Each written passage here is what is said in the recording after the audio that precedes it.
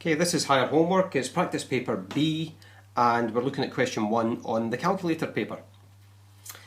Right, this question here is a recurrence relation problem, and we're given a recurrence relation here, a starting value, and also we're given we have to determine the values of U1, U2 and U3. So let's go ahead and start with part A.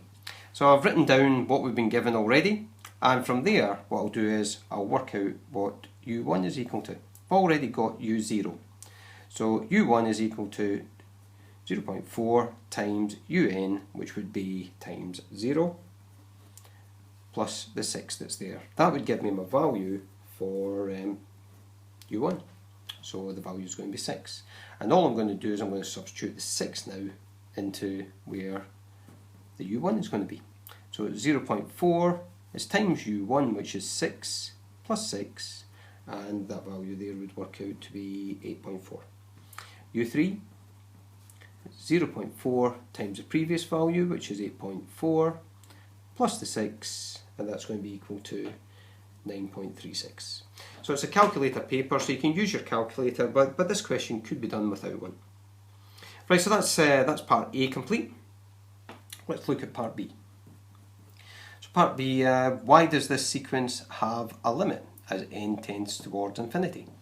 Right, a 1 mark question here, and really the reason why that does have a limit is because of this value that's here. That value there must lie in between -1 and 1 to have a limit. If it doesn't lie in between that, then there's no limit that's going to be present. Right, so what we're going to say is the sequence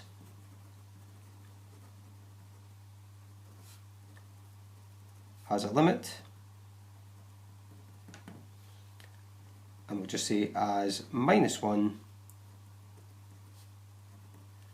to 1, we've got 0.4 lying in between the two of these. Okay, so that's really what that's all I'm going to state for this one here.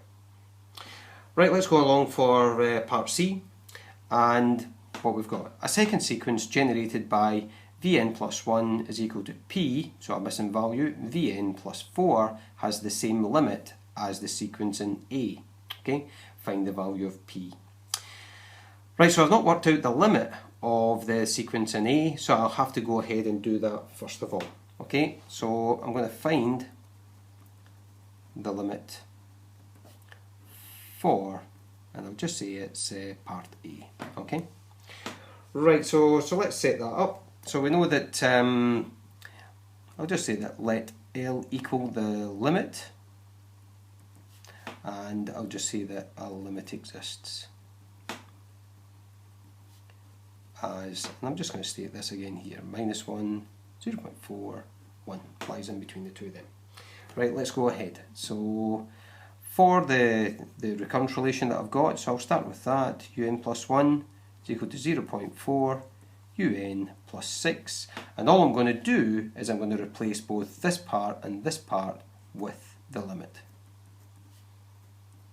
I'll take that over to the other side, so L minus 0.4L equals 6, and remember this is like 1L that's sitting there, so that would give me 0.6L equals 6, so L, the limit, is 6 divided by 0.6, and that's going to just be equal to 10. Okay. So I know that this the second limit sequence here has a limit equal to 10. So I'm just going to do the same type of thing and set that up by substituting in the 10. Okay. So what I'll start off with is Vn plus 1 is equal to the missing value, Vn, and that's plus 4. And the first thing I'll do is I'm going to substitute and L equals 10 into here. So replacing this, okay, and putting the 10 in where I found L. So what I've got here is I've got 10p on that side, and if I bring that 4 over to the other side there, it'll become a minus, so that'll give me 6 over on this side here. And from there, all I'll do is I'll divide this 6 by the 10, and that should give me 0.6 as the value for P. Okay, and that's the question complete. Right, let's see the marking for this one here. what I'll do is I'll go for 1 mark for getting U1 correct, and I'll get the second mark for getting the other 2 correct here. Okay, so that's 2 marks for part A. For part B, just making a statement that it has a limit because it lies in between -1 and 1.